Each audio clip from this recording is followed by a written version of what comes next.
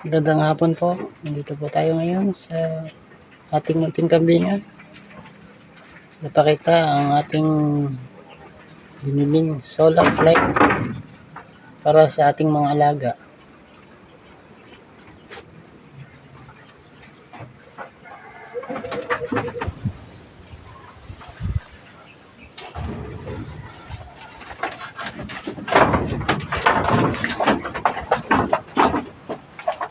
Ito sila.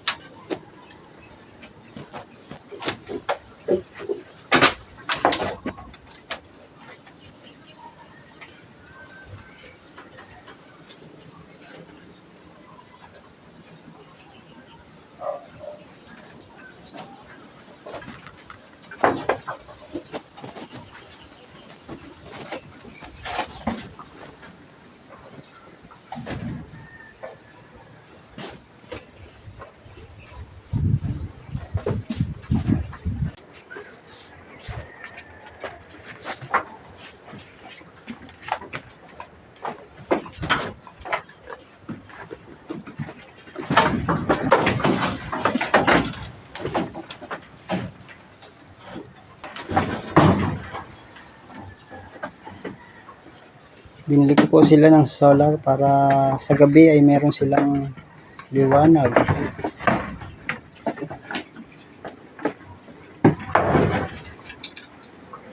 Kahit gabi kasi nanginginaan ng mga alaga natin.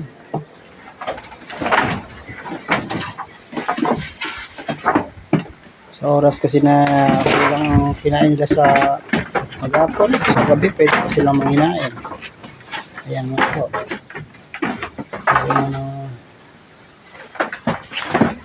Malalaki na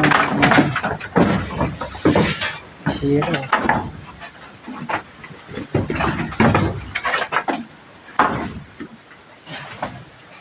Ito po yung barakong paepal. Tingnan nyo naman, napapapansin. Bagong ano lang kasi yan, inject ng vitamins, kaya pa-hyper. Kulit na to.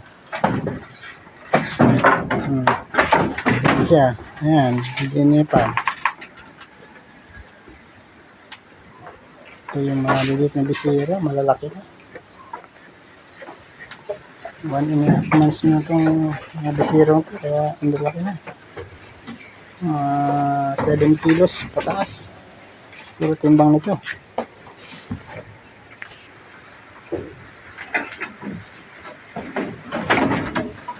Ano naman yung barakong 3 months old.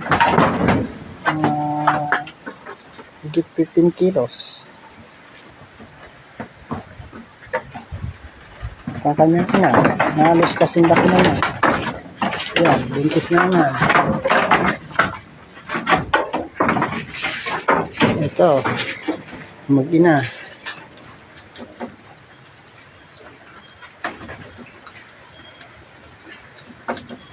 Pag anak pa lang nito,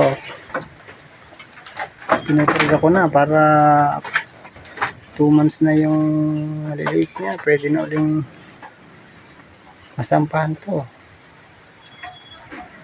Ganyan nyo naman. Parang buntis pa. Ang ganda ng katawan.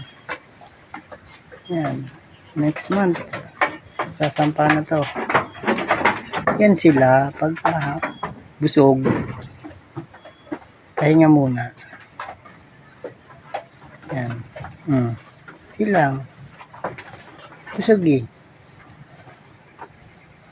Yan naman ulit. Pag may bouchi, kain naman itong mga to. Kaya ang bilis lumaki. Kitang-kita naman sa katawan ng pakawan.